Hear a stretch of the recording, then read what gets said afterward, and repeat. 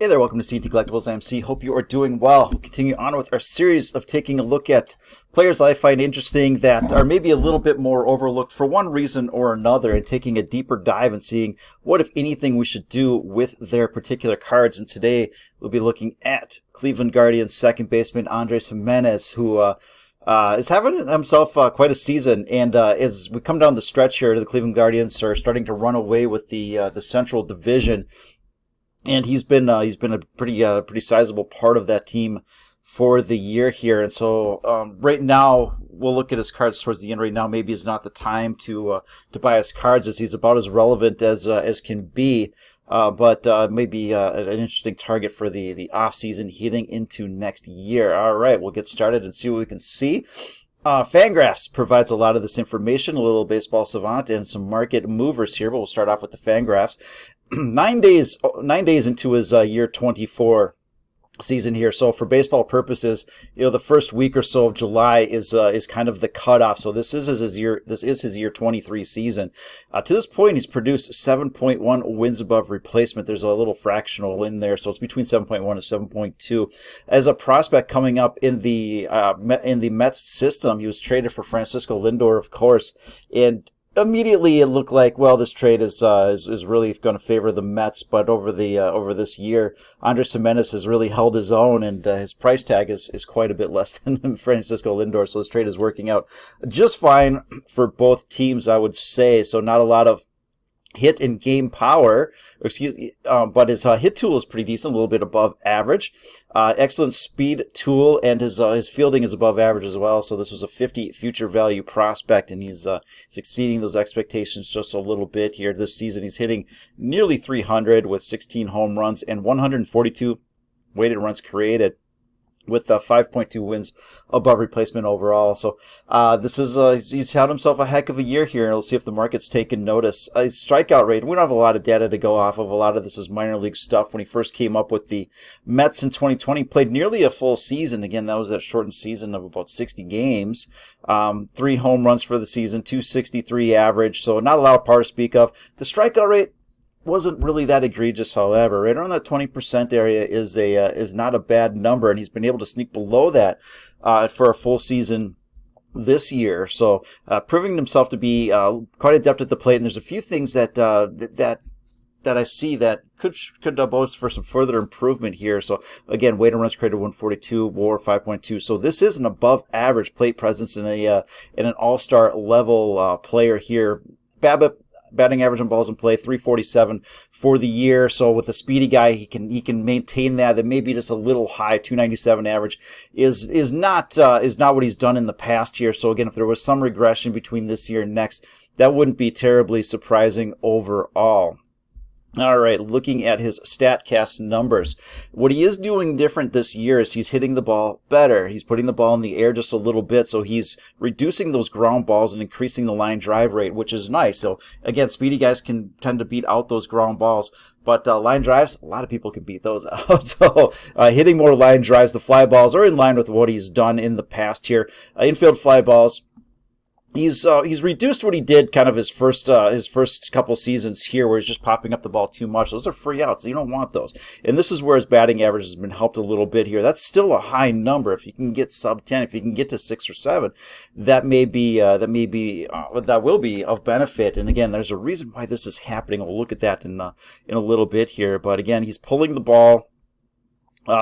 Center doesn't hit the ball the opposite direction a whole lot. He's going to left field and to right field and up the middle quite a bit more here. So that hard hit rate is increasing. So he's hitting the ball well, but there's still a few things that we need to be aware of here. And that starts right here. His plate info, his plate discipline. He swings at about 37% of the balls outside of the zone. So when he first came up, it was roughly 30%. That's a good number. That's what we want to see. However, the last couple of years he's crept up to around 40%, which is not great. And so you tend to have lousy contact when you swing balls outside the zone for the most part. So he is making enough contact, but it's probably not great contact. And this is where you see the fly balls and things of that nature, the infield fly balls. And so with the rest of the balls, he is making decent contact in the zone, and that contact is pretty quality. Again, a lot of line drives and 300 average. Well, they're finding a lot of grass as well. So again, looking for a little bit of regression perhaps over the next year.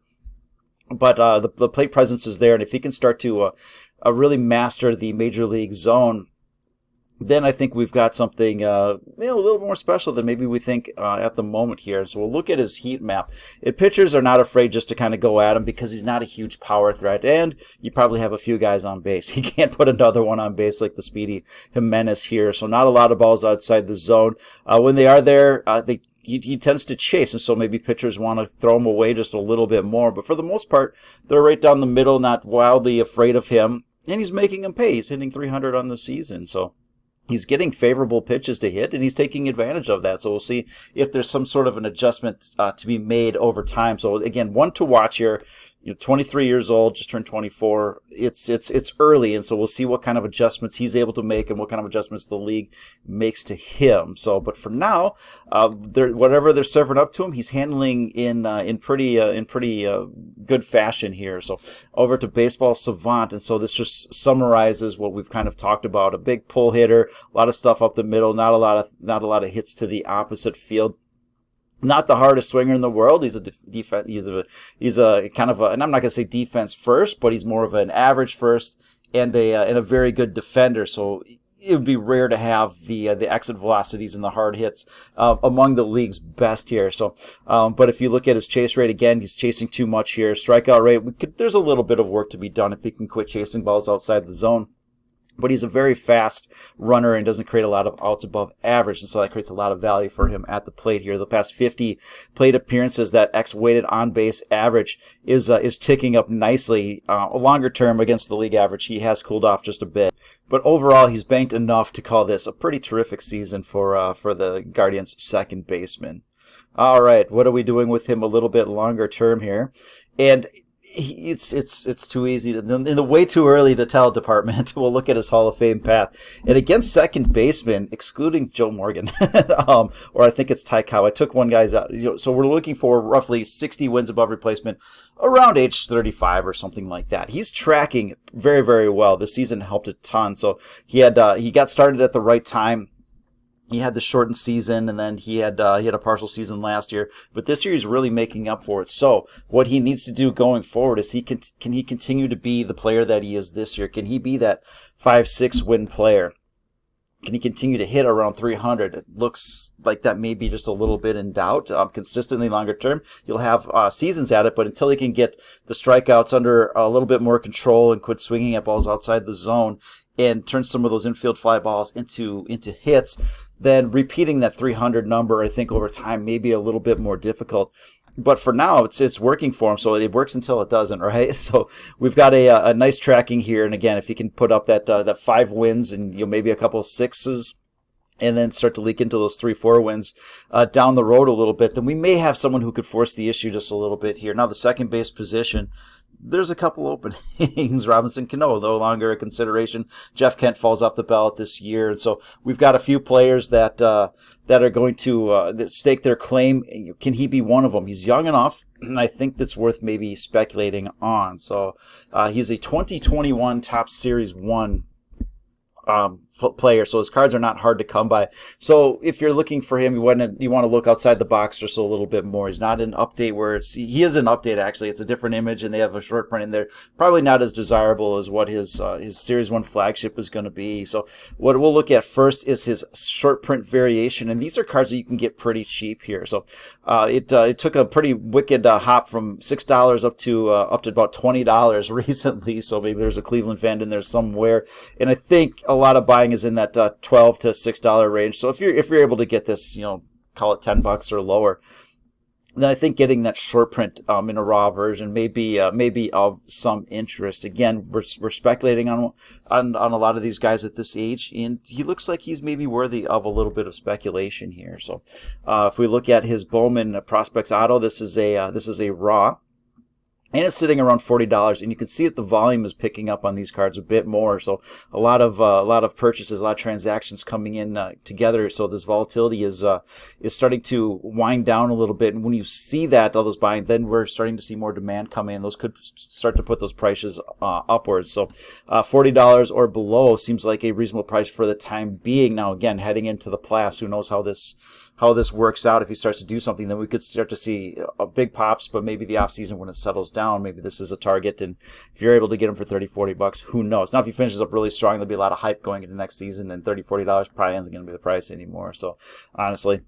All right, Bowman Chrome Prospect Auto in a PSA 10. If you're fancy and you need it graded, I'm hiding the last two sales at the 160 area. One is here, and so I think you leave that one alone. And if you're able to get it back in that 120 area, or even better, sub 100, 80 to 100, that may be the play here. You might have to wait a little while, but again, this is a player that we're just kind of putting on our radar for now, and we'll wind it up with Bowman Chrome Prospect Auto.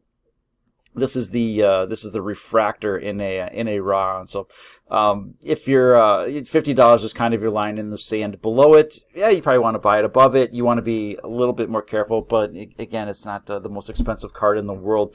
Buying is very thin up here, so we like it closer to that $50 level overall. So overall, Andres Gimenez, I might take a few shots on him. I'm probably going to wait. Again, hyper relevant right now with Cleveland doing their thing, and he could do something in the playoffs to really spark something. So if you're shorter term, maybe picking up some of these cards might be of interest. But looking at them long term, there's a few things that need to be corrected in terms of plate discipline.